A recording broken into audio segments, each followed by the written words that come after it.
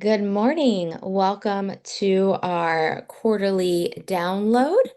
I am Rebecca Olson, your MACPA CEO and host for today's quarterly download. And this one's a special one. We're going to have a little bit of a special 125th anniversary MACPA quarterly download. We'll be talking to some past leaders of the MACPA, some hopefully future leaders of the MACPA, and also hearing a little bit about what's going on the national scene. You'll see that reflected in our agenda here today. Of course, we'll be taking polling and some Q&A through our conferences IO. So you can see that on the screen here. You can also see that in the chat. My colleague Dee just sent that to everyone. So you should probably click on that link or use your cell phone to open that QR code, and you'll start to see some polls as I go through.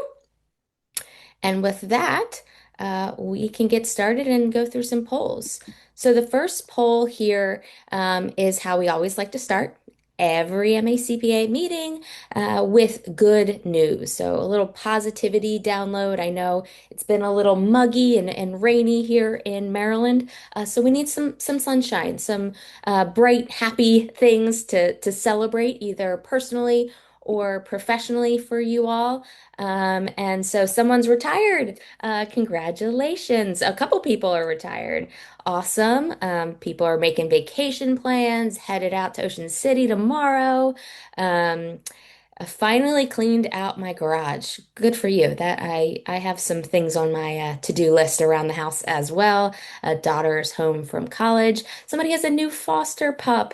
Thank you for fostering. I have a foster or I have an adoptive dog that was in a foster home, and I'm so grateful for people like you. Um, Son accepted to the number one law school, Stanford, in August. Wow. Congratulations. Daughter got a job.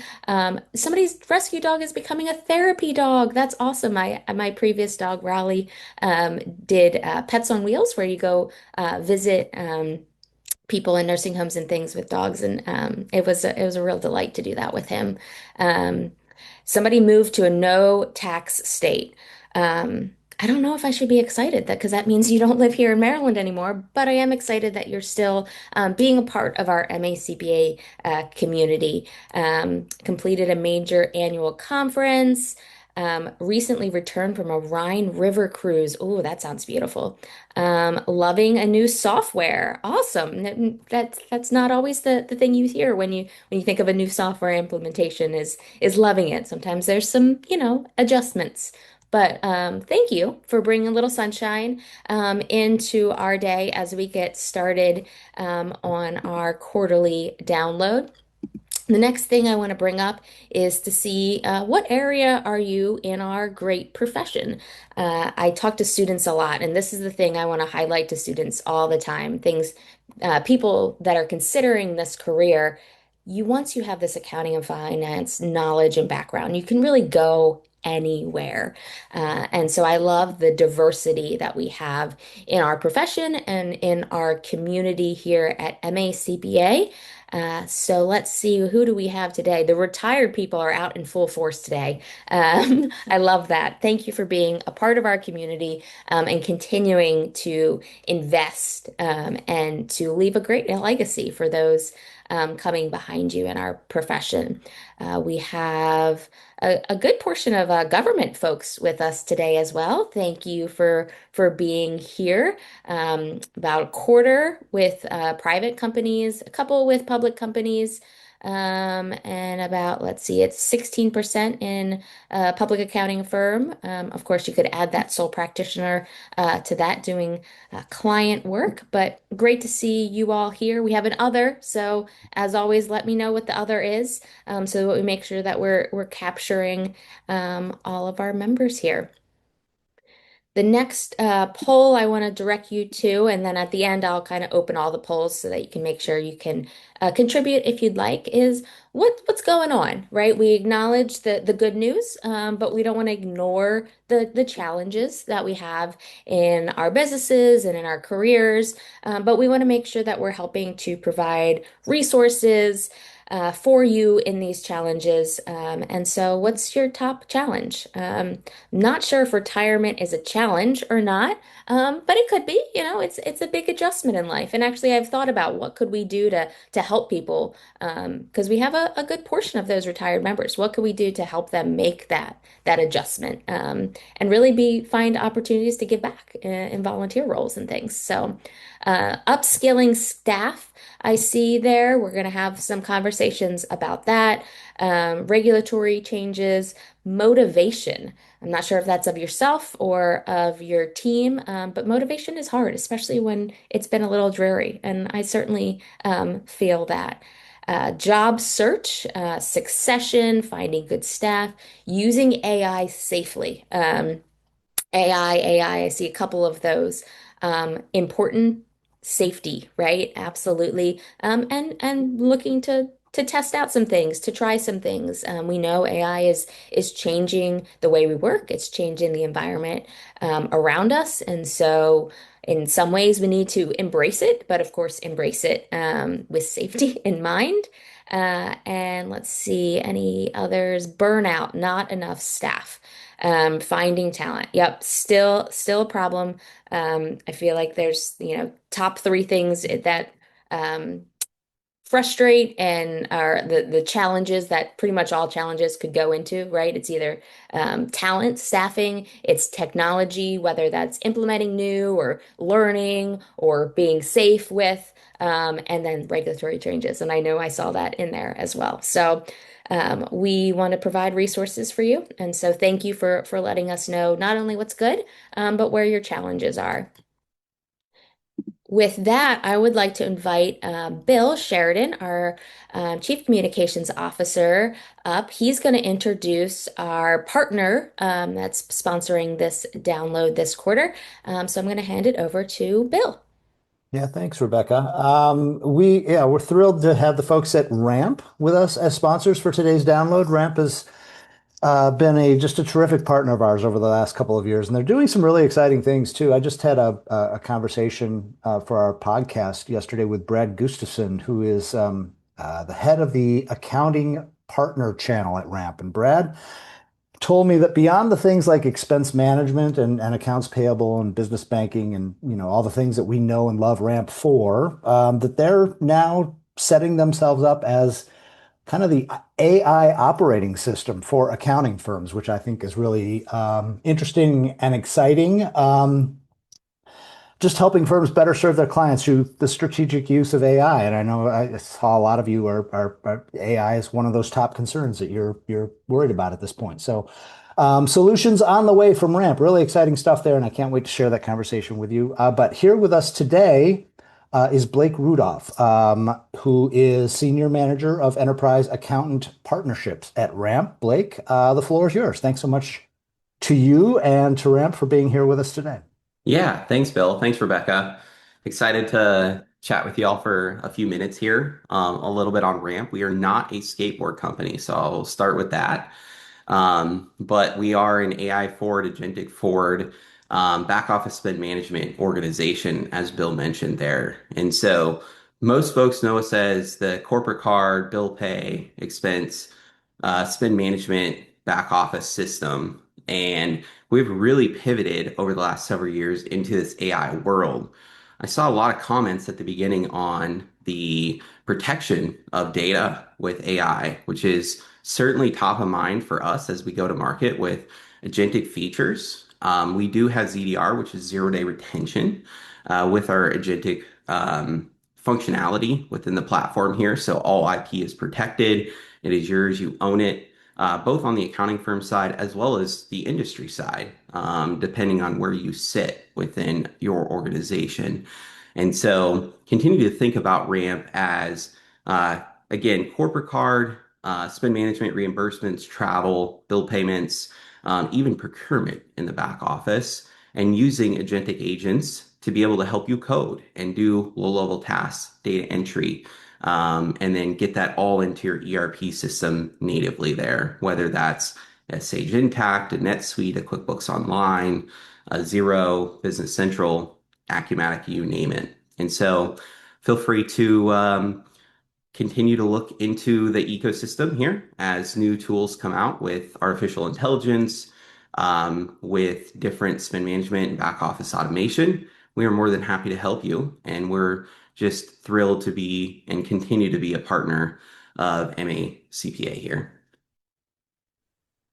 Thank you so much, Blake, for being here from North Dakota. Yes. It's early in the morning there, so we really appreciate you joining us and for Ramp's partnership with us over these last several years. With that, we're going to get started with our first segment here. And it is my pleasure to welcome Tammy Bensky and Tom White. Tammy and Tom are both past chairs of the MACPA. Tammy is a partner with Myers and Stauffer, and Tom is the assistant controller of Prime Therapeutics. Tammy was chair in 2006, which doesn't seem possible because you were in grade school then, right? Right, Tammy? Exactly, Yeah, exactly. exactly. That's what I thought, which, just brilliant, brilliant. Yes, for And me. then and Tom is currently still on our board as our immediate past chair. He was the chair in 2024 and 25. So welcome, Tammy and Tom. Good morning. Good morning. Thanks, Rebecca. Good morning. We're celebrating 125 years as an organization, which is crazy. It's half of the country, right? The country is also celebrating its 250th anniversary. And both of you became involved in the MACPA and then, rose up through the volunteer leadership ranks through kind of different paths, right? But I wanted to see, what initially drew you into the MACPA community, and then more importantly, almost what made you stay engaged? So, Tammy, I'll start with you. Sure.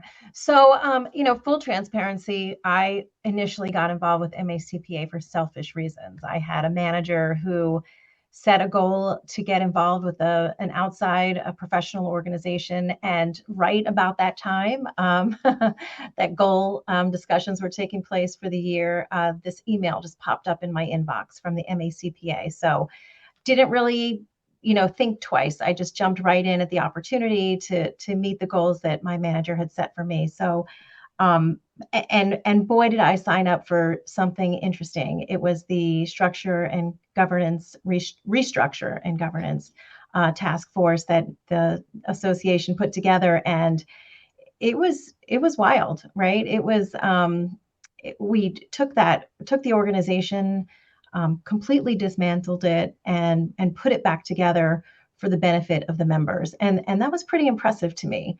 An organization that could be so vulnerable to bring in essentially perfect strangers, right? Because it was my first volunteer experience with the organization, and just to lay it all out and specifically for the benefit of the members. So that was really impressive to me.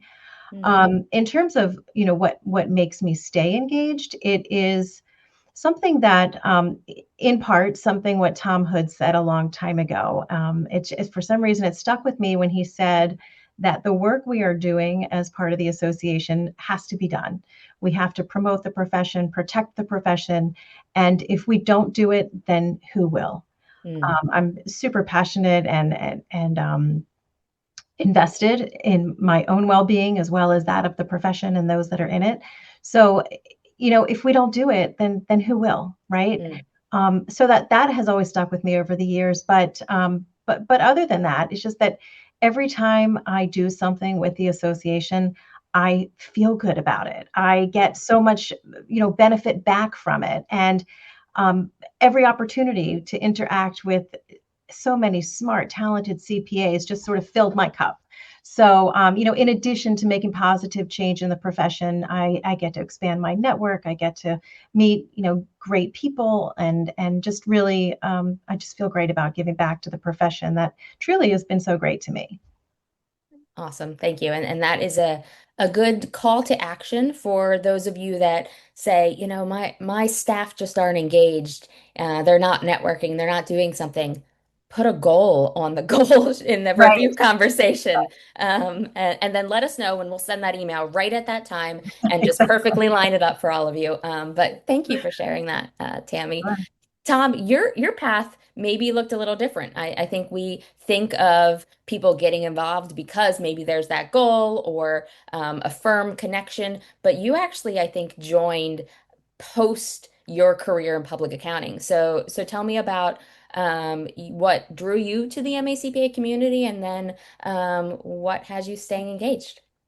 Yeah, so I joined right after I passed the exam, and I think I was looking for an opportunity to fill some of that free time I had, not having to hang out with Peter Olinto quite as much, and um, trying to stay connected, I think was the biggest thing for me. I think starting in public, one of the things you get is you get to work with a lot of really smart people, but right, your peers are kind of put throughout the client book and everybody's got a little bit of a different experience and you have sounding boards. I think when you get into industry, you work with great people and really smart people, but it's not that broad spectrum of connections you have. And I think what I was looking for was the ability to connect and find sounding boards and find like-minded people that I could continue to learn from. And I think getting involved initially with the mentor program was just that door that opened and that gateway that I just keep walking through now because it's provided that and so much more. And I think similar to Tammy,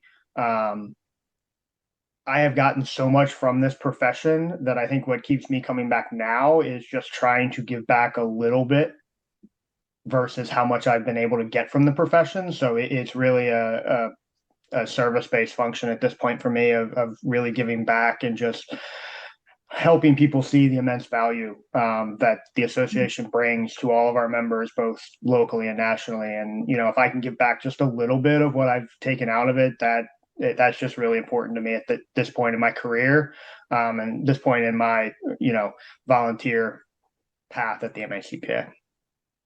Yeah, thank you so much for being a part of it, for jumping right into that mentor program.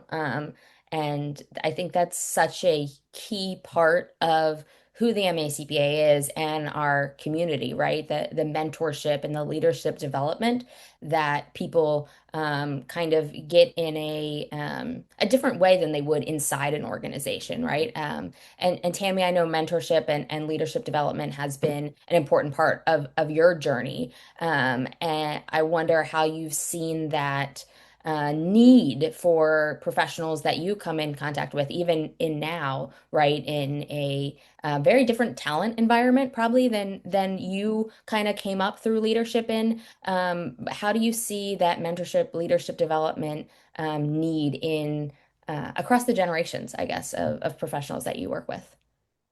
Well, Becca, you definitely picked up on one of my favorite parts of my career. Leadership and mentorship is what I really enjoy doing the most, especially at this stage of my career. And to your question, I think the need for connection and engagement is even greater today than it was, or that it has ever been with hybrid and remote work. The need for being more intentional about connecting across the firm, across the profession is huge. And I really admire those teams that have figured it out. My daughter works on a team where they schedule one-on-one conversations throughout the month so that the team members can truly just get to know one another. And there's no set agenda, and it truly is just to connect.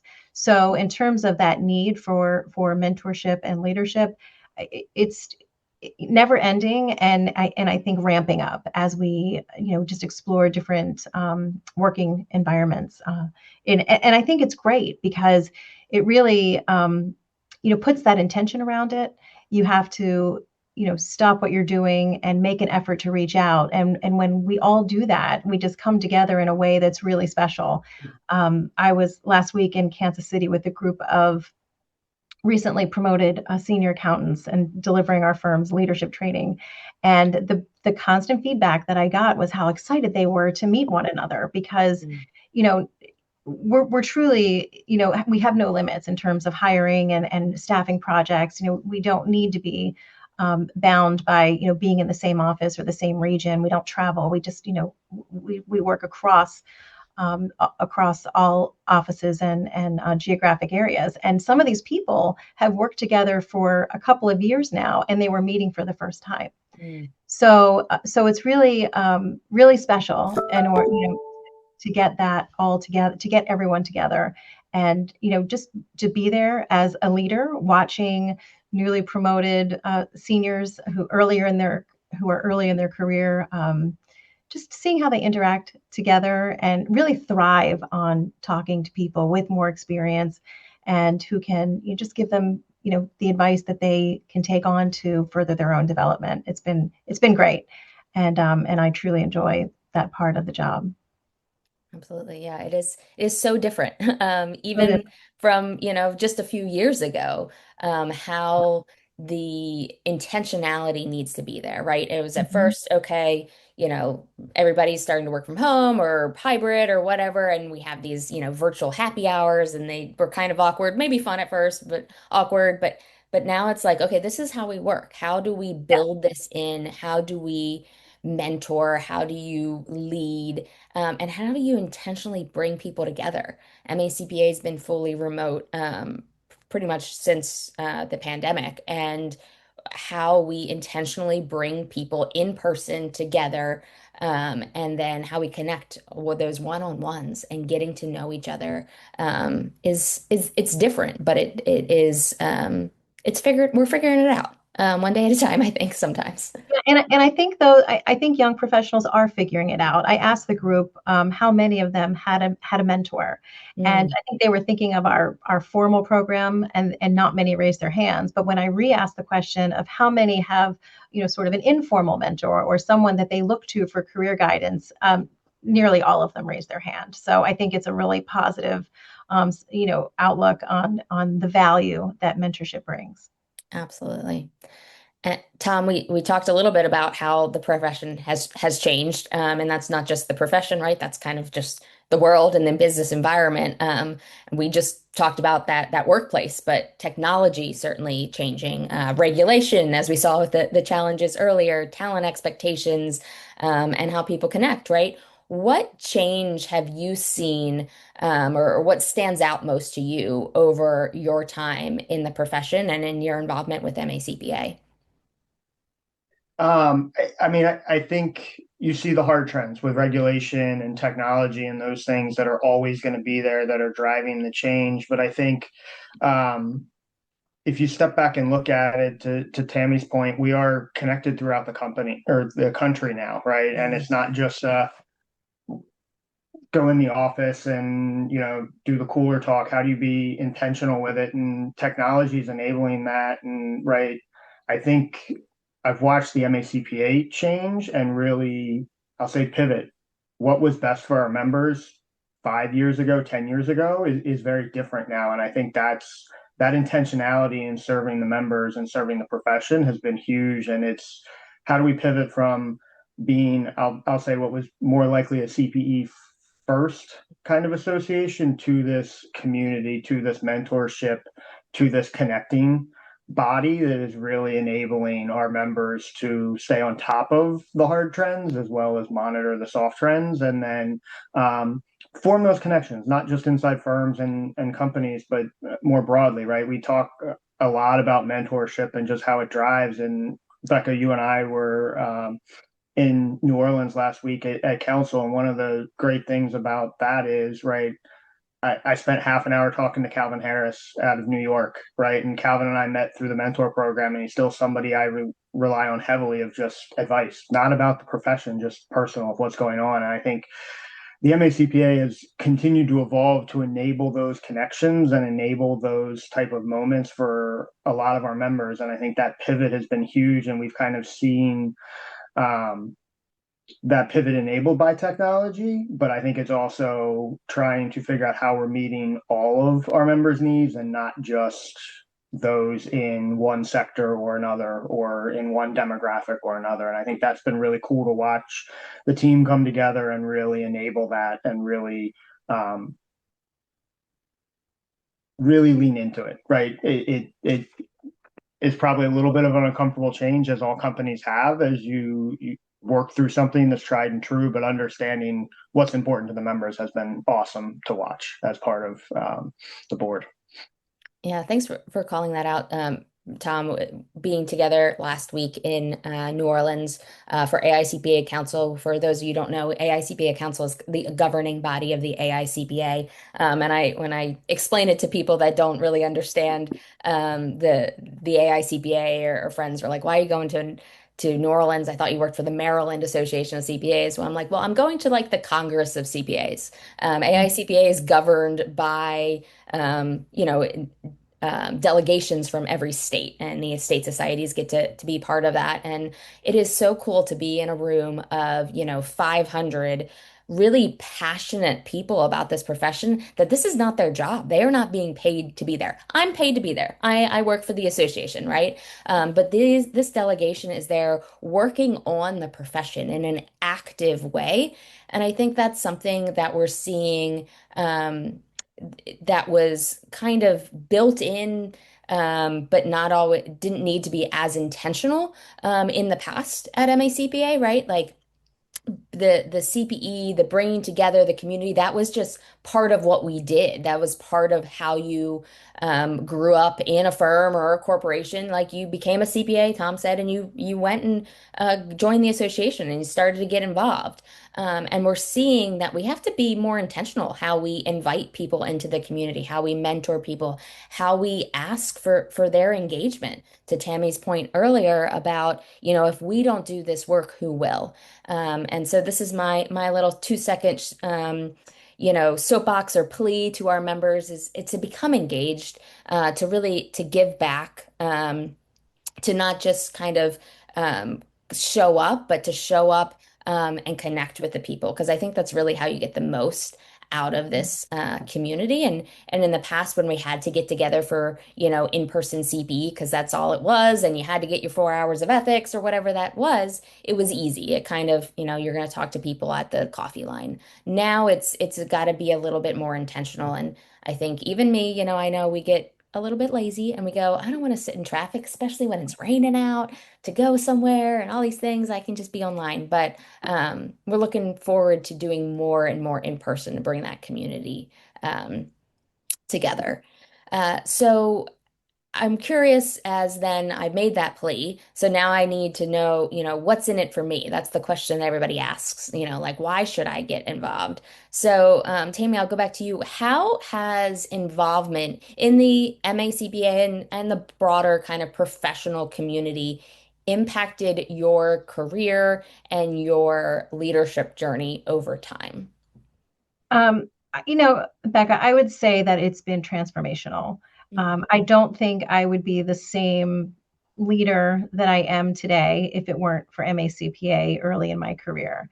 There's just something special about being surrounded by like-minded professionals who are all passionate about their work, passionate about the people.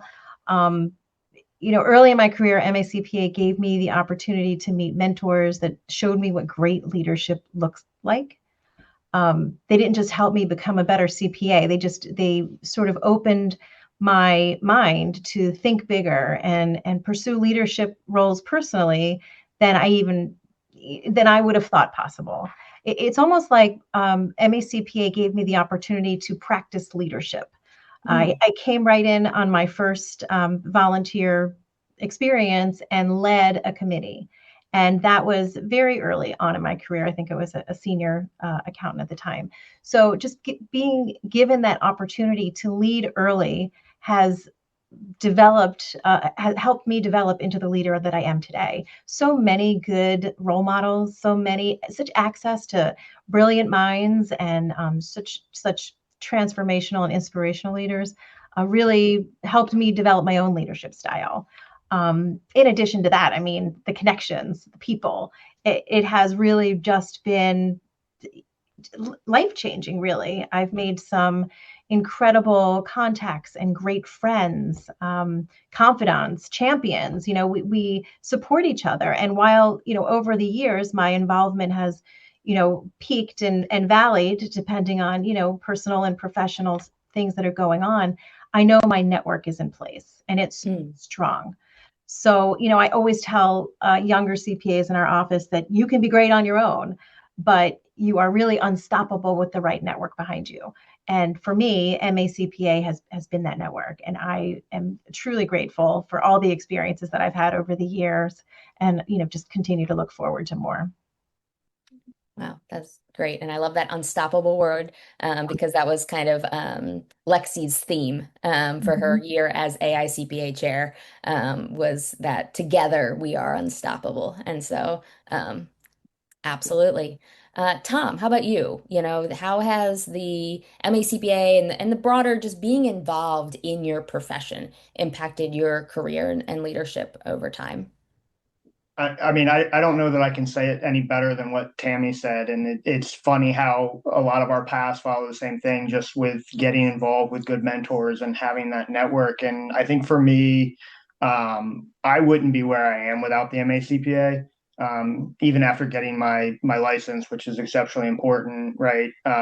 Just looking back on it, I tend to be highly introverted, which is probably not what most people see of me now. And I think the MACPA has just allowed me to embrace that leadership and learn from leaders and learn how to sit in the right rooms and sit at the right tables and really how to push myself.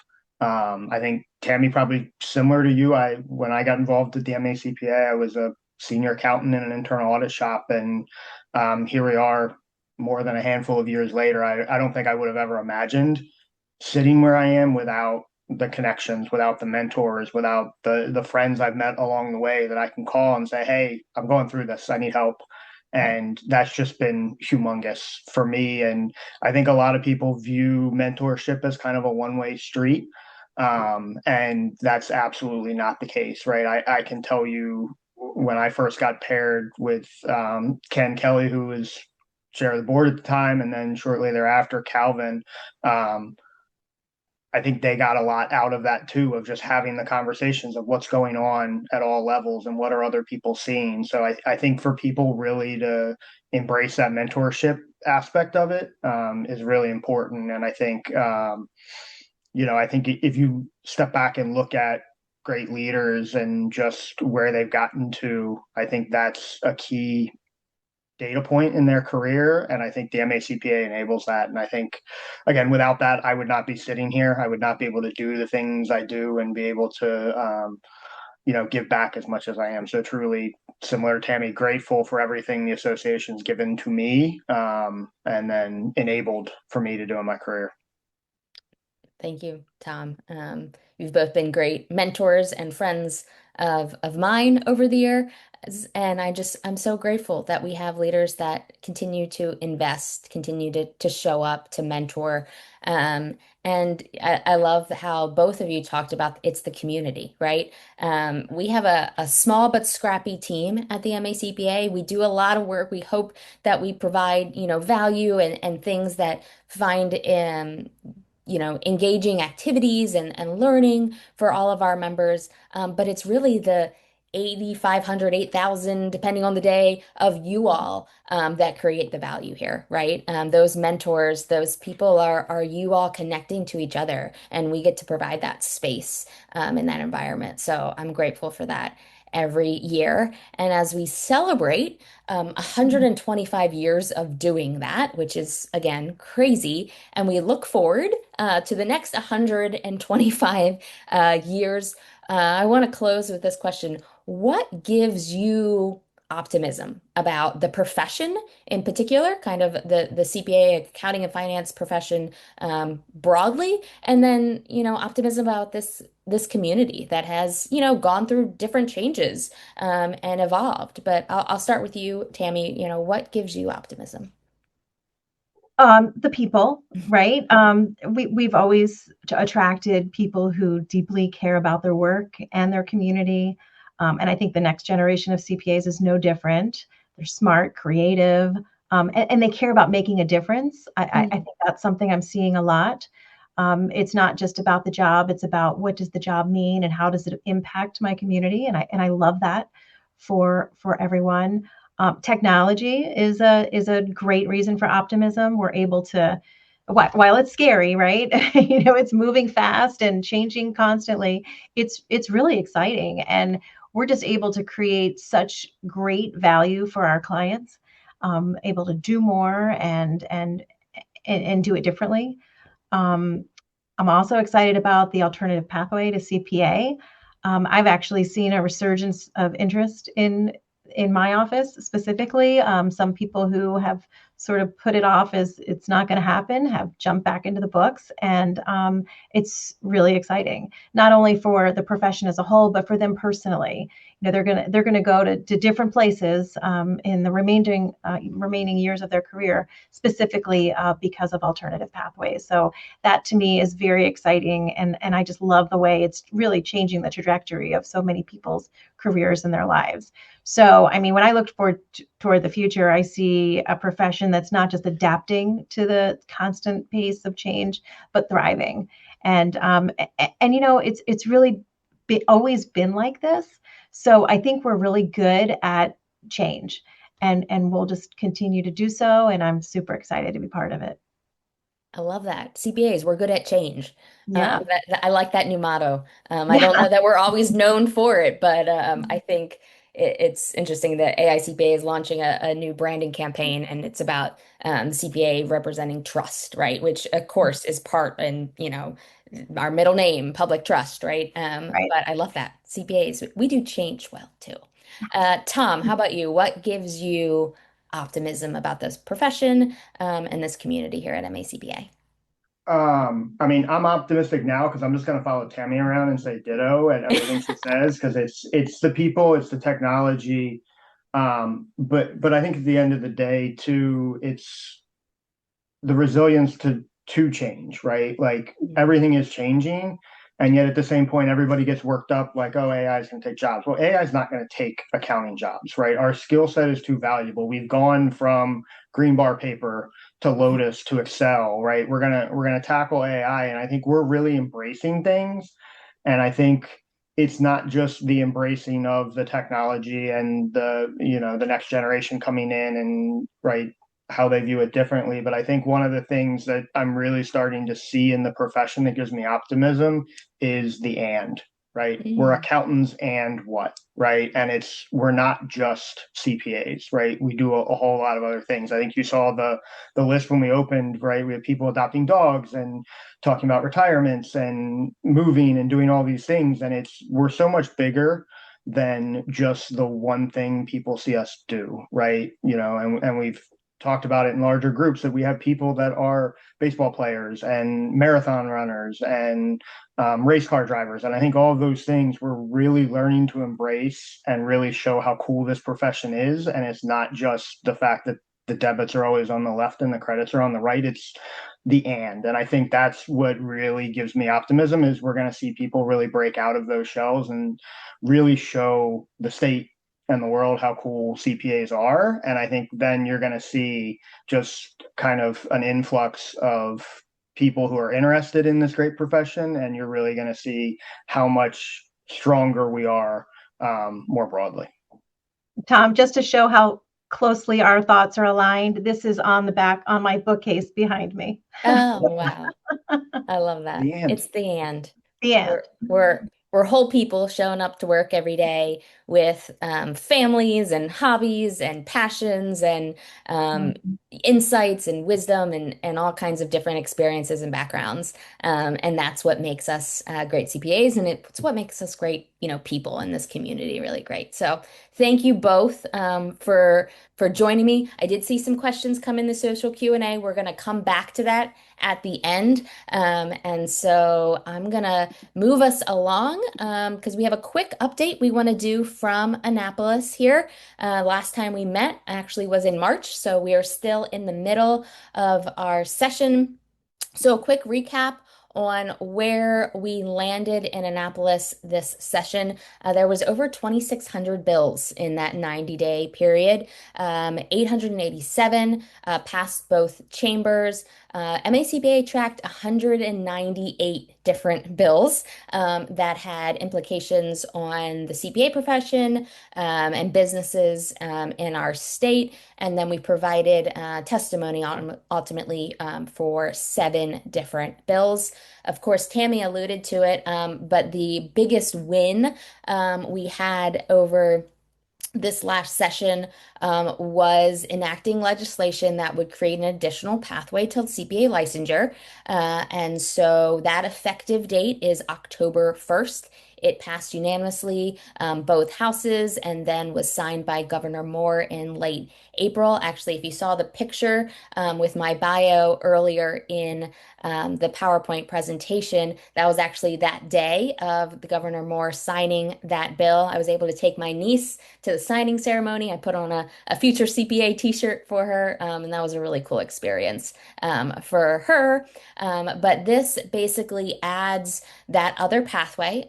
And so you would have a bachelor's that includes the accounting core concentration, but allows for 2 years of experience rather than the additional 30 credits or master's and 1 year of experience. So this is in line with what we're seeing the rest of the country do. And so as a profession and as at the association in Maryland, we wanted to make sure this happened. It was a collaboration effort between our regulators at the state board who helped draft it, and our educators, and of course, you all, our community. So thank you for being a part of that modernization that we actually started last year when we secured inbound mobility as other states were starting to change and add that additional pathway.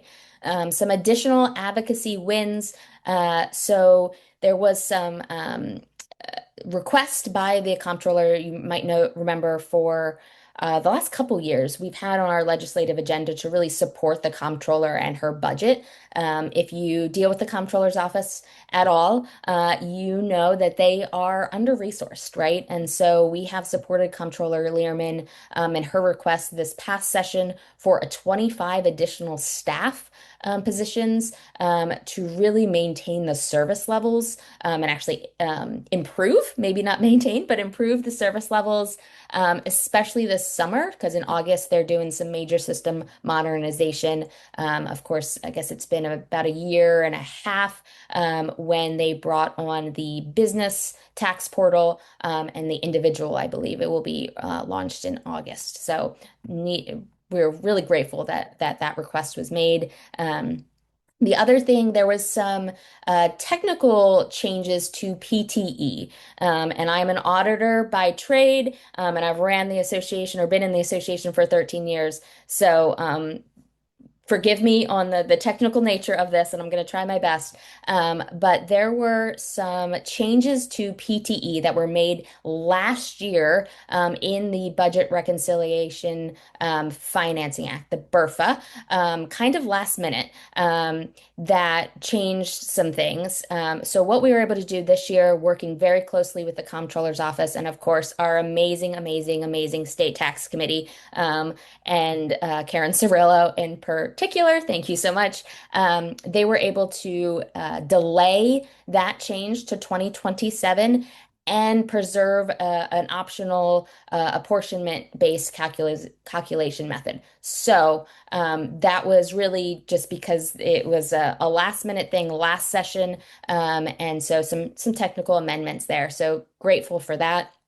As we look forward to next session, so 2027, of course, structural budget deficits remain a concern. You can see that in the news. You certainly see that being discussed during this election cycle. We did not see a whole lot of new taxes or that sales tax on services this past session, really only because it was an election year. And so we expect that back. And so we're going to be needing to be really active, I think, next year, next session. In addition to that, there's some significant turnover happening in 2027 with several representatives either retiring or seeking other offices. So that's something that we're working on, looking to build a lot of new relationships. And as I mentioned already, that licensure pathway rolling out in October, working currently with the Board of Accountancy, making sure the regulatory side of that is all set to go for that launch in October, and then the Maryland Tax Connect that's launching in August. So that's kind of the flyby of what happened in Annapolis this year. And as always, please, please, please support us in three key ways. One, keep your address, your home address in your MACPA profile up to date. This allows us to map our members to their representatives across the state. And this is our biggest grassroots way that we can connect. We don't call on you a whole lot, but to be able to say we have this many people in your district and connect you all to your representatives is really, really important. The second, of course, is our PAC. And so always looking for donations there so that we can create relationships, especially as we see significant turnover. And then lastly, key person program. If you know a representative, maybe you're the treasurer, maybe they live down the street, maybe you went to grade school with them, whatever that is, please let us know. We keep track of that. Again, we don't call on you a whole lot, but when we need you, we reach out and we have that kind of information in our database. So with that, I'm going to invite our next two guests. So we had two uh, MACPA past chairs, and I'm gonna do that thing that the kids call manifesting a little bit now, and I'm gonna say, here's two MACPA future chairs, two students that I invited to kind of look at the future of the next 125 years. So. Ariana and Sophia, welcome to the MACPA download. So excited to have you here. And we'll just get right into it. Uh, Ariana and Sophia, I'll start with you. What initially drew you into the accounting and finance kind of field that you're studying now, and what keeps you kind of excited about the future of this career that you've chosen? Yeah, well, hi Rebecca. I hope you're doing good and thank you so much for having me. I was so excited for this. I actually went into college. I started at community college and I thought that I was going to transfer to UMD and declare like marketing was kind of my idea because I'm a very extroverted person and I didn't ever really know any accountants growing up. I kind of just thought that they just sat behind the computer. And then I was doing really good in my accounting classes. I'm a very like technically focused. I'm good with numbers, always did well in math. Um, and I remember I was doing really good and I had a professor and I talked to her about it and she was like, "Well, why don't you do accounting?" And I was like, "Isn't it like not very like extroverted? Like isn't it just like kind of behind the computer?" She was like, "Oh my goodness, no." And she immediately told me about you guys actually. And she was like, you should really just try one of these events, like just see what it's about because I think that you could really do well in this. So I did. I went to the Student Leadership Academy and I loved it. I mean, I think the reason why I decided to switch to accounting is because one, I'm very, like I said, go with numbers, but also the community that I was at, like it was amazing. I mean, everybody was so happy to be around one another. Everybody was telling me about all the different avenues. I think that with accounting, there's so many different types of businesses, types of clients that you can work with, that no matter what, if you have an interest in literally anything, you could work for those type of clients. And personally, I want to work with nonprofits. And so I also really appreciate MACPA because they showed me how many different, I mean, there's a bunch of accounting firms. The accounting firm that I'm interning for this summer specializes in nonprofits.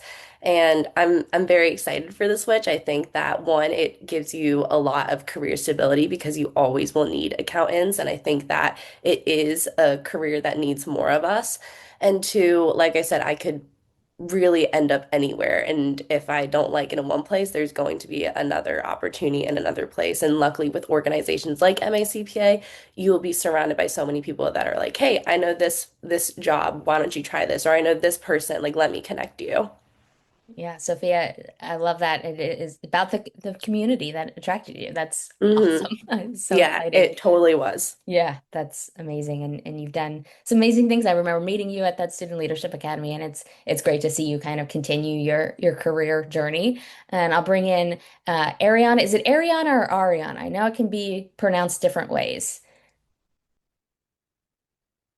Oh, you might have to unmute.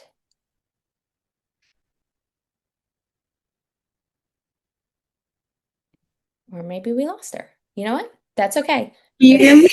Oh, now I Hello? can hear you. Oh, Oh gosh, so okay. sorry. It's Yeah, okay. no, it's okay. Technology is always doing Always something keeping us on our different. toes. We're evolving. Yes. Can you repeat the question? Yes. So, well, the question actually was one, I want to make sure I'm pronouncing your name correctly. So, Ariana, Ariana, like the Ariana. singer Okay, Ariana I've Grande. heard it both ways. So I just wanted to make sure. Well, thank you so much for being here. And what drew you into accounting at first? I know you have your degree at from Bowie State, and now you just finished, I think, your master's, which is Yes. awesome at UMD. So what took you on this accounting and finance journey, and what are you excited about? So that's a very funny story. Actually, I started my undergrad at Bowie State with the intentions of going into finance. I grew up where money wasn't really a thing. So I wanted to make sure I figured out where was the money going and how can I bring it back to my family. Um, Even funnier story, I grew up being a straight A student and I graduated with a 4.0 for high school. So when I got to college and I went to finance, I got my first B. And I was Uh-oh. not happy. I was very not happy about that. And I realized that I had to take a bunch of accounting classes, but in my accounting classes, I was getting an A. But my peers were getting C's and they were saying it was a hard class. And I'm like, no, I don't think it's that hard. So I talked to my professor about well, actually, he pulled me aside and he was saying, "You're doing a lot better in accounting. You're going to take some accounting classes anyway. Make the switch." Mm. Um, I eventually said, "No, I'm not going to do that. It seems too hard." But over time, I realized that okay, finance is it's nice, but I really do have a passion for accounting, so I did make that switch. But I think my love for accounting actually started to grow when I got my internship for the first time at the current intern program that I'm in, which is the Pathways program, where I'm an internal auditor. But I get to be a bit nosy, and it's quite fun. I grew up watching Law and Order and Criminal Minds and stuff like that, so I always enjoy being nosy and seeing what's going on. So I was able to be exposed to different things in the accounting world and really being a part of NABA. And I believe that you guys came to Bowie State, MACPA came to Bowie State a couple of times, and I got to meet people there. But going to events like that and seeing that I'm not limited and made into one box, I can do different things. I could go to different fields. I could do affordable housing, or I can do nonprofit. Or I can work for ESPN. I just or So many different yesterday paths. I had an interview for Victoria's Secret. They're looking for auditors. So it's really interesting just seeing all the things that you could do with accounting and how it's a very unique but very tedious job, especially wanting to be an auditor. Mm. Um, what I'm most excited about, I actually just signed my offer letter around March for Consresnick, and I'm very excited to see what it's like to be a public auditor, public accountant. I do a lot of government work, so it'll be a very big transition, but I'm excited. I got my FAR packet for the CPA. I started my Becker program yesterday. Everything I thought I knew about accounting, I don't know. Gosh. Becker is really hard, but I think the journey makes it fun. I've never heard anybody describe it as fun, but I'm glad you think it's fun. It is a journey, right? And I love to hear, how maybe both of you didn't think accounting was for you. And so one, we got to change that. We got to tell a better story. I know that the AICPA is working on their CPA brand campaign that we're certainly going to be a part of. And actually, you can still be a part of it. You go on MACPA's LinkedIn page, go look. They're creating a mosaic of, the people, pictures of what does a CPA look like, right? So tell our members that. But one of the things I hear a lot about, especially from students, right? We talked about it in terms of what it's changing the profession, but then I hear from students a lot about this fear maybe with AI. And I hear from, even younger students going, I'm not gonna, go into accounting, or I don't want to go into this job or that job because of this fear of AI and the impact that it will have. And so I'm curious for both of you, and Ariana, just to mix things up, I'll start with you on this one. What what is AI? How does that make you feel? How are you viewing these potential changes? Is it exciting? Is it intimidating? Is it maybe a mix of both? Is it a scare-sighted kind of environment? What do you think of when you think of AI and kind of the future of accounting? Yeah, I think AI is very interesting. So when I got my master's, I picked the track focus of audit analytics.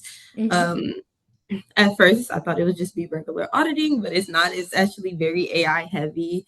We learned to kind of audit different codings, and I think it was very intimidating because if you did not take anything related to coding during your undergrad, or if you were, my school wasn't really focused on technology. We were taking paper exams. They wanted us to be very old school with it, so it was very difficult for me.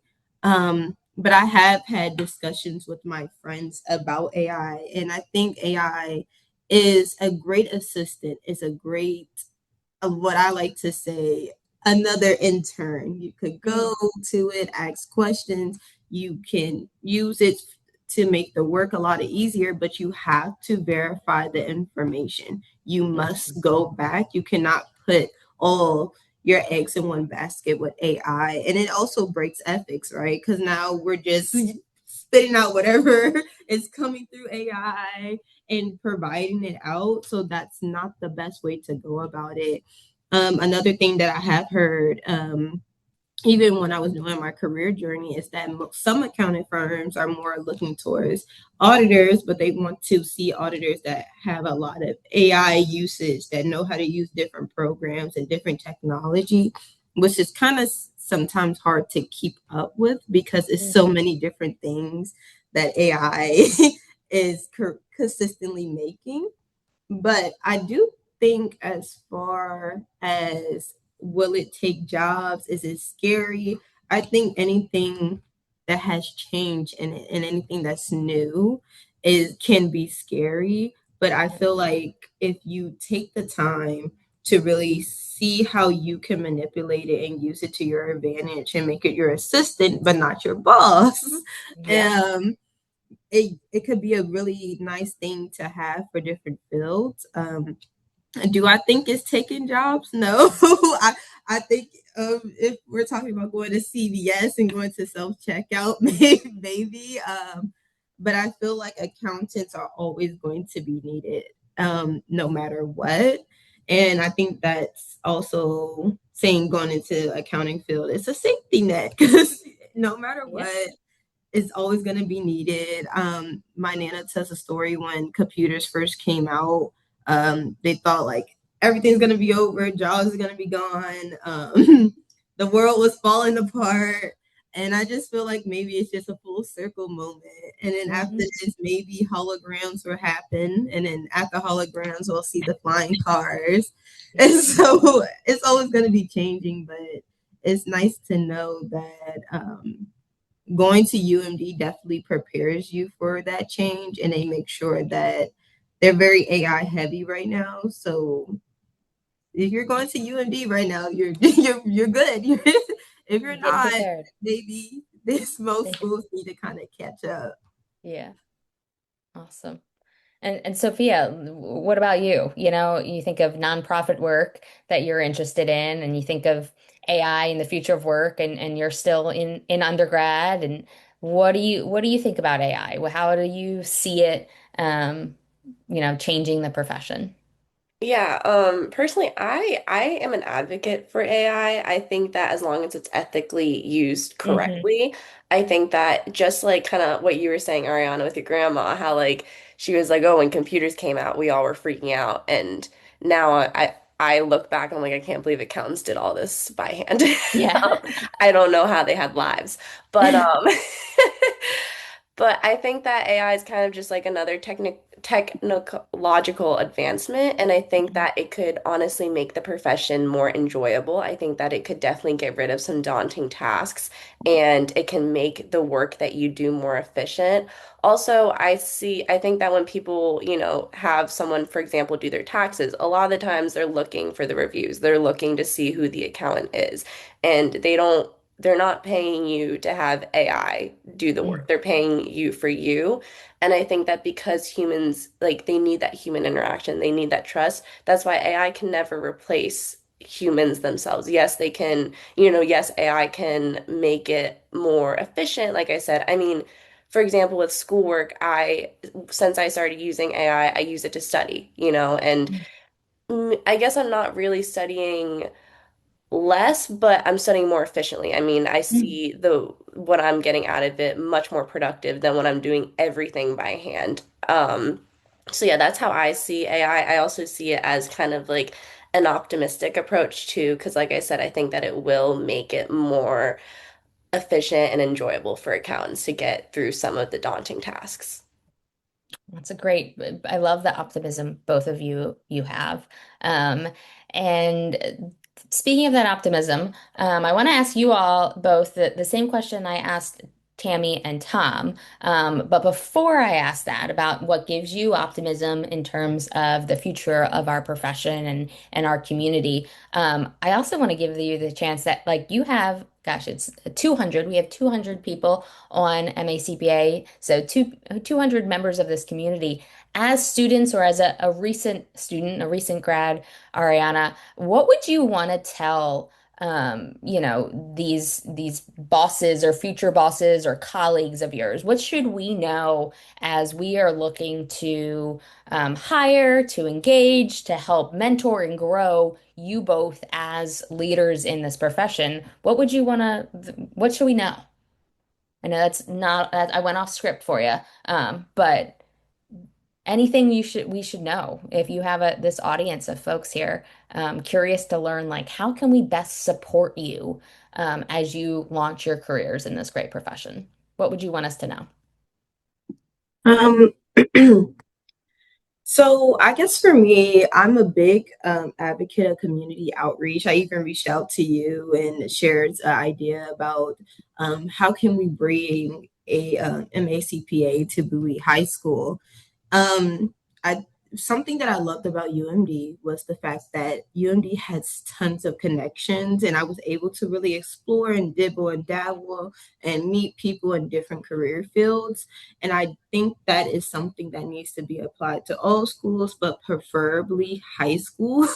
Yeah. Because it also sparks that energy of, okay, I'm going to go into the accounting field. Um, but my biggest advice to bosses, CEOs, or people who are hiring, um, as far as training, I think it's always very important to make it specify what kind of accountant you want. Mm. I think a lot of the times, and I've spoke to a few friends and classmates that when they get an internship, they're just kind of molded to be a certain accountant specifically just for that job, which whether it's tax or whether it's an auditor or whether it's trying to do both. And I think that could be a bit overwhelming. Um, I will also personally, I talked to my boss about this the other day that I to kind of pop quizzes, not as if we're in school, but more as if like we're seeking for our CPA. It will be nice to for my boss, and I just talk to them to randomly ask me, what is the income statement for? Mm. Okay. Now let me tell you about that. Or seeing where I'm at with my journey, giving me advice and encouragement, pop quizzing me, using terms that relates to what's actually in a CPA. I do know different fields, different offices have abbreviations, different terms. But if you're studying for the CPA and doing your job at the same time, sometimes they don't mix well. Because the way your boss might do it, it's not the way you're not going to be able to do it on the actual exam. So, um, but I'm a big advocate for community outreach, show up, encourage, speak, host activities, host events. Me personally, I would like to do a career readiness program at Bowie High School, specifically focusing on economic finance and accounting. And I think once you are going out into the field and telling us what you guys want, what you guys are seeking, how to do it, how you did it, how you fell and got back up, that brings encouragement to students like me or recent graduates like me. I'm still getting used to saying that. Yeah. And it also builds up our youth and inspires them to do something more than be on TikTok or Instagram. I love that. Thank you, Ariana. And yes, in high schools, I hear that loud and clear, I think. And it takes, I love that you have a connection back to Bowie High School, right? Your high school, you want to give back in that community. And so just, I'll give the pitch out to all of our members here. One, if you want to be involved and go speak in high schools and to share your career stories, we do have our classroom visits that you can sign up for to be part of that database. On the flip side, I think we actually have more people that want to go do it than we have requests. And so we need connections to the high school. So if you have kids in high school, if you are involved in your alma mater or anything like that, let the teachers know that we have speakers ready to come in and wanting to come in and share kind of their career journey and mentor your students. So with that, I'll go to Sophia. What would you tell our audience? What would you want them to know about how we can best support you? Yeah, so in my experience at Maryland, it is for the most part a lot of bigger companies for sure. Mm. That like I know that they had the accounting association of for Maryland, and it's like a club there. Mhm. And I think that a lot of the times it's a lot of the bigger companies, and I think that through MACPA I was able to find connections to small, not like small, but you know what I mean, like 200 employees, etc. Yeah. And I found that very valuable because that's kind of what I was targeting to get an internship and to possibly work for post college. So I think that getting MACPA involved at the colleges, I also like, you know, obviously the high school idea, but that does require getting connections to the different high schools because, you know, we can't just knock on their door and be like, let us in. I think that just kind of bringing MACPA more into all of that because I have found so many connections, so much community through MACPA. Also at Maryland, it can be a little bit intimidating because there's so many students and they're all in their suits and it's Mhm. kind of like, oh my goodness, like this is very corporate and very intense. And my experience at MACPA was, hey, like this is a community, you know, we're here, we all are either future CPAs, we want to be CPAs, we are CPAs, but we also are human Mhm. and we all have interests and we can talk about, I know you guys have a golf thing coming up. Not my forte, but I love that some of the CPAs bond over that. But I think that that's what actually truly makes people passionate about becoming a CPA. And I think back to the high school thing. I mean, like I said, I had no idea what an accountant was. I thought that they sat behind a computer and had money, honestly. You know, I didn't know that they had like these personalities. And I think that if just like almost like infiltrating like everywhere we can to just bring the community, even like doing community outreach type of things, like you said, as much as possible, I think that that's what's going to really make people understand that it's not, there's, you don't have to work 80-hour weeks for the rest of your life to be an accountant. There's way more than just that.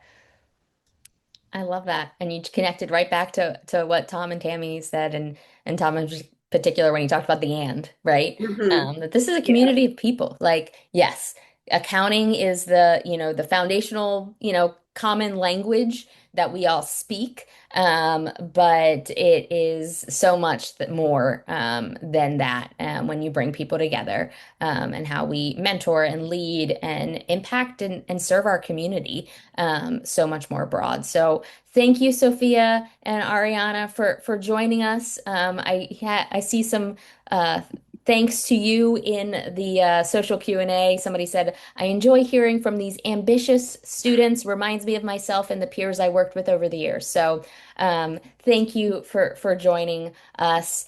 As we move to the next section or segment, I'm going to bring up Lindsay Stevenson.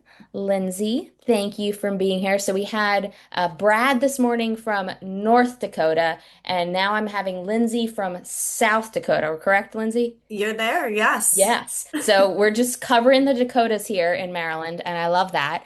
And I know, Lindsay, you have some slides, right, to share, but I'm super excited because I'm gonna stop sharing so she can share. Lindsay's going to talk to us about a new initiative at the AICPA, the Profession Ready Initiative. And it's all about preparing emerging talent, so those that are coming into our profession, for an AI-enabled future. I think one of the questions that I get most often right now, especially by firm leaders, is, and actually I was with a firm and I had one of their first year staff come up to me and say, you know, how am I going to review work that I've never actually done, right? We're talking about this AI kind of getting some of the grunt work or the things that we were trained on, right? In our first year or two, that then allowed us to be able to lead and review it. With technology and with how the profession and the structure of firms is changing, like we need to get folks right out of school and have them be ready at like a second year level. So that seems like an impossible task and question. And so I'm grateful for Lindsay and the AICPA team that is looking at this. Lindsay is the vice chair. This just happened last week. So we're going to all congratulate Lindsay. Lindsay is the vice chair of the AICPA. She's the chief strategy officer at BPM. And she is the chair of the AICPA's Profession Ready Initiative. And so, Lindsay, I'm going to let you share a little bit about what this initiative is. Oh, thank you. Well, Rebecca, first, thanks for having me. You guys, I'm super excited because this is the first event I've done as vice chair of the Ooh, AICPA we are so officially. lucky So that we you got you. guys are all on the ride with me now, Yes. trying to make sure I don't mess anything up Yeah. royally while no one's babysitting me. But yeah, I love the questions you started with, Rebecca. That is really how the Profession Ready Initiative all got started. We were sitting in the boardroom at the AICPA board meeting, and everyone was asking those same questions. What does that look like? How do we get our profession ready and prepared for all of this external stuff that's going on that we really have zero control over, but is really going to impact us? And it's so much bigger than just, the two students that you just had on. Honestly, super inspired, ladies, if you can hear me. I was just like, oh man, I kind of want to be back in college because that was such an exciting time to be like graduating and trying to figure out what you want to do with your life. But I think really trying to understand, it's one thing to sit in a room and talk about it, but what we figured out was we probably need some research and some data to actually make some good choices about what we should be doing and where we should spend our time. So the Profession Ready Initiative was born, and in its infancy, it was really around making sure we're research backed, but we want to identify and develop specific skills that early career CPAs are going to be able, they need to have to be successful in today's ever-changing environment. So it's not just AI. I mean, today is AI. When I was coming into the profession, it was, this is going to make me sound old. It was paperless. I spent my whole my whole first year in the CPA firm that I started with out of college. They gave us charge hours that we could use towards scanning and documents into our paperless file. But I remember, I mean, I was like, okay, cool, this is great. You're just kind of going with the flow. But I remember partners in our firm like losing their minds that they were going to have to work on a PDF or like document on a PDF and they're like, the tool doesn't work and I can't get the red check mark that I want. And I totally remember kind of like that chaos. And so we're just going through another iteration of that, right? Like AI is the current, in probably 3 years it'll be quantum computing, and 3 years after that it's going to be something I don't even know has been invented yet or is in the back room of some NASA Discovery space, who knows. Um, but it's really the cool part about this whole initiative is that it's really based on listening. So there's been over like 775 different focus groups and different, like at the state level, we've done it with state societies, we've done it with educators, we've done it with professional people in the profession. And then it's really couched. It started with NPEG. So for those of you that may have remembered a couple of years ago, we did the NPEG research, and that was all like survey based and research based. And so we thought, okay, well now we got to do something with this. And it was great that Ariana and Sophia were talking about Tell Your Story, which was a huge part. It was a big theme of NPEG, and it was all about these students, the pipeline, our potential future CPAs have no idea what it's actually like to be a CPA. And probably their most recent connection to what an accountant might be is Ben Affleck killing people. So like that maybe is not what we want to be the only story out there, although it's sort of kind of cool because it does make us seem like total badasses. So that's exciting. But so based on NPEG and then RISE 2040, if you're familiar with that, I'm sure a lot of you have participated in those sessions as well.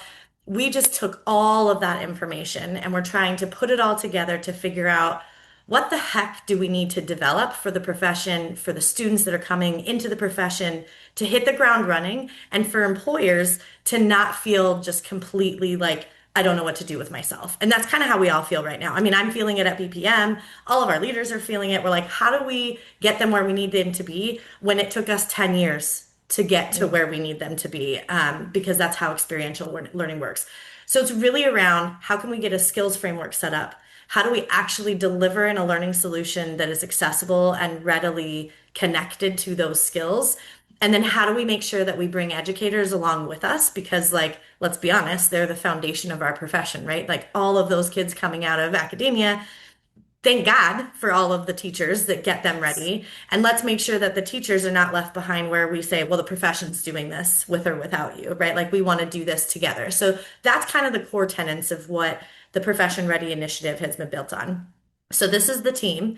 And you guys will be kind of the first to know. I'm going to step back as chair of this because of the vice chair role. So there's going to be a person here. I'm not going to announce it because it's going to be like a big splash. But one of these fantastic members of the task force is going to take over as chair. This group of individuals, I think we've met 14 times in the last 5 months, working on this, putting things together, going through the research. And so now we're really taking all of this information and trying to get to the point where we can validate. So we're getting feedback from people to say, what's an existing framework? What competency models exist within the profession and without the profession? So we're looking at medical, architects. I can't even think of all the professions that we've looked at, but everyone else who's looking at competency models, like how do they work it? Our research partner ingested something like 3,500 job descriptions to try and understand like what are accounting firms even putting out there for jobs and like what the expectations and requirements are. Surveys, discussion groups, all that stuff. And now we're in that validate phase to be like, what are we hearing? And are there any like sort of consistencies or themes that are coming up? And where we want to get with all of this is actually like getting a solution that's profession wide so that any organization, whether it's B&I, whether it's academia, whether it's government, whether it's public firms, whatever you are, if you're hiring accountants, having access to a platform that allows virtual simulations, role playing, the ways that we learn experientially, which took us 10 years over the past 30 years, now takes us maybe 10 months. And we really want to be able to leverage what that technology offers to create that experiential development, because that's what we know leads to success based on our own experience. But we wanted to make sure that it's competency based. So if those, I know Rebecca's done a ton of work around this because she was talking about the update with your legislature. So the new pathway, if any of you have decided that you were bored and wanted to read the UAA language, when we were working with states, the AICPA was working with states to say, how can we make sure that we don't break mobility or do our best to keep it functioning as we go through this transition? A lot of effort and energy was put in around language for competency in the future. So it's not today because we don't have a competency model yet. This is what the Profession Ready Initiative looks to sort of create that foundation so that as our profession continues to evolve, as licensing continues to change, then we have a foundation to say we can really be competency based because we know all of us that have had interns and have risen through the ranks ourselves, and we know that that competency is what gets us to delivering excellent client value and protects the public interest, right? And that's why we are who we are. So when we can do that, we know that we're driving success. So from an academic perspective, we have like an actual platform for how we're going to connect with educators. So we really want this to be collaborative and engaging so that every university that's producing accounting students knows exactly what the profession expects those accounting students to be able to achieve. And what is the responsibility of academia, which is a lot of the technical side, right? Asking academia to take the responsibility of experiential learning. Every firm is different. Every organization is different. Every job that you have is different. And so that's a really big ask to go back to them and say, well, do it like so that when they come to my firm, they can just hit the ground running. Well, that's probably not really possible. So what base skills do they need that need to be academic based? And then how can we pick up that sort of framework and develop them experientially? So that's sort of like the mindset behind all of this. Tons of people involved. I already shared that with you. But like the big thing, and I want to keep you on time, Rebecca. So I'm hustling through these because I know you guys have a lot to cover today. So before Rebecca and I talk just a little bit of just like, what does this mean or how can you help? I will say, here's a QR code.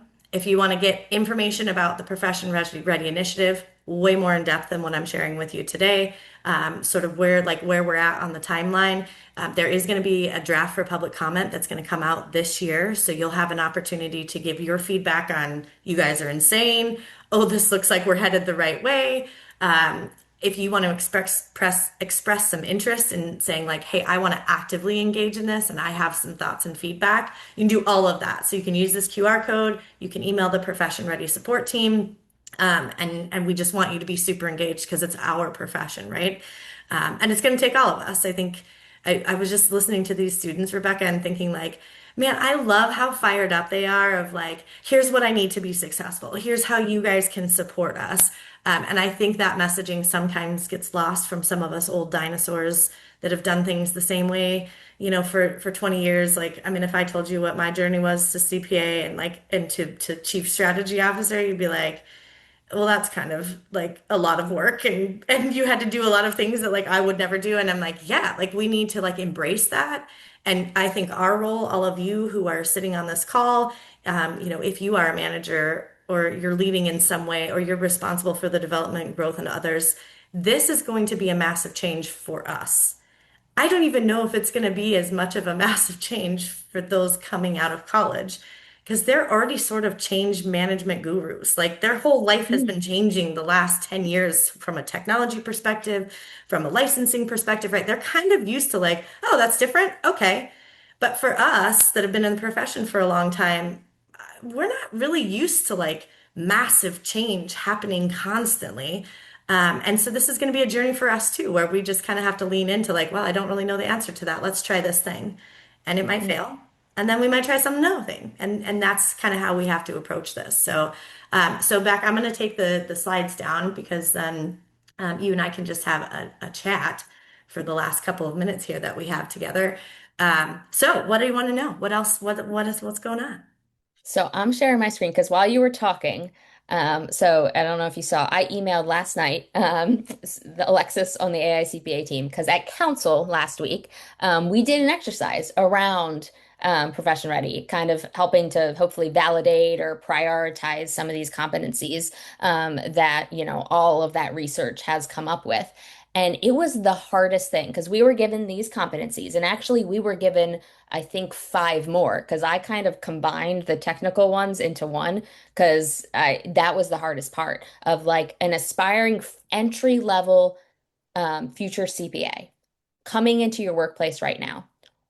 Top five. We had to rank just five. And I was like, what? how can we do this? We really debated. And so I decided, let's ask our audience. We got 198 folks here. Lindsay, what are you seeing here? Hopefully can see it and see the things moving Yeah. around. I love that ethics is first because that was my number one in my ranking. What did you see from that exercise and what are you seeing here? Yeah, I mean, we're still digesting the data from council, so I Yes, don't of want to give course. you bad information. But I will say, just experientially, in all the groups that we've done this, including the task force. So it started with the task force, right? We Right. had more than you saw on the list at council. There were probably like 40 things on the Oh my list, and went through and we dropped things off where we were like, is this really mission critical, or, are these nice to have? I will tell you what we're recognizing is that although technical often is somewhere in the top 5 to 8, it hasn't been the number one. And I think some of that is probably from a perspective of like table stakes, right? Like, Right. I think there is an expectation because of our pathway to licensure. It includes one of the 3 E's is education, right? So I think a lot of us look at the list and say, like, we got technical competencies, but like, is that an inhibitor today? Like, are we really struggling with our talent today where like they don't understand the tax? We don't expect them to understand Right. every section of the tax code when they come out and start preparing tax returns for our firm, or if they go into business and industry, we don't expect them to know IFRS front to back so they can just start spitting that out in a meeting. I think what we're seeing is that it's just a transformation from what we've been through before. I don't know, Becca, when you took your CPA exam, but when I was taking mine, I remember a partner telling me, back in my day, not only was it written, it was not written by the time I took it, but it was written. But they were saying like they had to write out an audit report and know the entire language of an audit report. And by the time I took it, I had to understand when an unqualified or qualified opinion applied and make that selection. But I did not Mhm. have to regurgitate the language of a Exactly. qualified or unqualified opinion.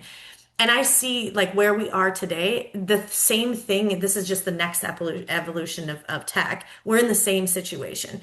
Those technical competencies, it's all about understanding how to ask the question properly, how to understand whatever the code is, whether you're looking at GAAP, GAS, IFRS, tax code, whatever that guidance is, being able to read it and understand what it's saying and knowing where to find what you're looking for by asking the right question has become way more important than actually being able to regurgitate how and when it should apply, right? It's much more about when to ask the right question and knowing something's going on.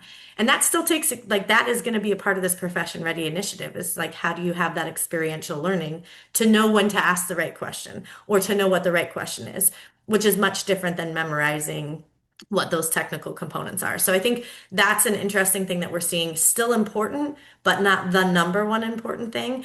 I Mhm. think it's not surprising that ethical behavior and integrity and critical thinking is at the top because again, and actually both your students mentioned it, right? Like the ethical use of AI, the ethical use of technology, like such a huge Huge. responsibility for us as a profession to hold that at the highest level, and that competency being able to demonstrate that is going to actually position you to be able to do everything else on this list, right? Like it's sort of the starting gate. So not Absolutely. surprising where your team is coming up with how they feel about things, but man, it is hard to pick 5.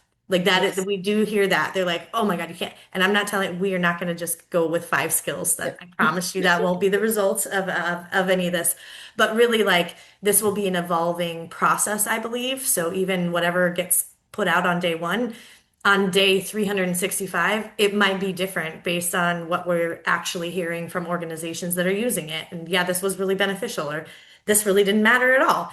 Um, but it's interesting because a lot of the things on this list are about learning how to be a great professional human and Right. less about accounting. Yeah. And that goes back to like, who are we as accountants? And we as Mhm. accountants are collaborators and we're leaders and we're business advisors. And like all of those things that we really are require all of these other skills. And I think you're going to Absolutely. see an emphasis on those. Absolutely. Well, I know I did see a couple questions come through, so I'm going to bring back all of our panelists, and I think I know we're running short on time, so I'm looking at the questions. Some of these are actually more just like comments about how much you love the young students. So I love that too. I love them too. Um, there was two. Or there was a couple questions for Tammy and Tom around how you motivate or encourage or answer that what's in it for me to help other people get involved in the profession, whether that's MACPA or state societies. Lindsay, I'll bring you into this conversation too, because you certainly have been someone that has been involved and given back to the profession and led now at a national level as well. But someone asked, how do you carve out time to participate in the broader profession when you're so busy at work? Or answering that question for somebody else, what would you say to them to help them, encourage them to take their time out of the busy schedule to kind of give back? So anyone that I see, Tammy is back on. So Yeah. Tammy, Well, how do you find time? you have to share the value proposition. And if I can hopefully be okay to share this, I actually got an email during this conversation from a client who is on the call, um, which is incredible, right? I mean, Yeah. who would have thought that, connecting in that way through this forum, what was possible? But certainly if I were, wanting to participate in an event like this or any other event, you really have to figure out what is the value to both yourself personally and what does it bring to the firm. So, I mean, today is a great example of what that value is. Connecting with clients, potential clients, talent, potential future, staffing opportunities. So bringing the value proposition to whoever's making the decision about your time is important. And then I think, sometimes you have to kind of go out of your regularly scheduled office hours, right? There's lots of opportunities to get involved in evening activities or weekend activities. Um, you got to stretch, when you want to do something, and hopefully by showing that your own commitment to participate in events on your own time will allow your managers and whoever's making the decisions about your time to realize that, A, it's important to you, and B, it's a good, valuable use of your time. Awesome. Thank you. And I know we're running short. I did open a poll about your top takeaway, and I'll keep that open that you can all share with each other, because that's one of the things I find is like sometimes what I took away from something is not what someone else took away. And so I always like seeing what other people learned and saw. So that is open poll. Real quick, updates for coming up in the next month. Gosh, June 18th. It's our 125th year, if you haven't already heard me shout that from the rooftops. So we're celebrating getting together for a night of connection, celebration, and fun. So we hope you'll join us for that. I went by it too quick. We have our Coastal Conference coming up in June. We have a ball game. Excited for that because that's just community getting together. There's no CPE, there's no ANA update. It's just people getting together. And you've heard, I think, throughout this that that's what the most valuable part of this community is. Next download is in September. There will be a rebroadcast of this. So if you have a client, a friend, someone that missed it that you think needs to hear some of these things, please let them know on June 30th. We will rebroadcast it. I think it was Sophia that mentioned next week, next Wednesday, is our golf tournament that raises funds so we can have activities like the Student Leadership Academy that Sophia mentioned. And we have scholarships. This year, the MACPA Foundation has put aside as a little bit of a stretch goal for us, but we're going to be giving away $125,000 in scholarships because of our 125th year. We've historically ranged around that $98,000 to $100,000, and we said, you know what, we're gonna need to put it on the budget. we're giving away 125,000. So help us do that by teeing off for a great cause. If you aren't a golfer, that's totally fine. There's all the other ways to give. One, our silent auction just went live this morning, so you can go bid on that. And then, of course, you can always just donate. We like that as well, helping to build the future of our great profession in Maryland. And with that, I'll end it and just on this slide and say, I asked Tammy, and I certainly asked others about what your optimism about. I think I saw that in the takeaways. Somebody's takeaway was optimism. So that's my success of the day. You've made my day at 10:34 this morning. I feel accomplished. So thank you if I gave you a little optimism in your day. But as we celebrate, what makes you optimistic? And hopefully, as we close out, we will see you on next week at the golf tournament or June 18th or maybe at the Mid-Atlantic Coastal Conference. But we are grateful for you and grateful for this community. Thanks so much for joining us.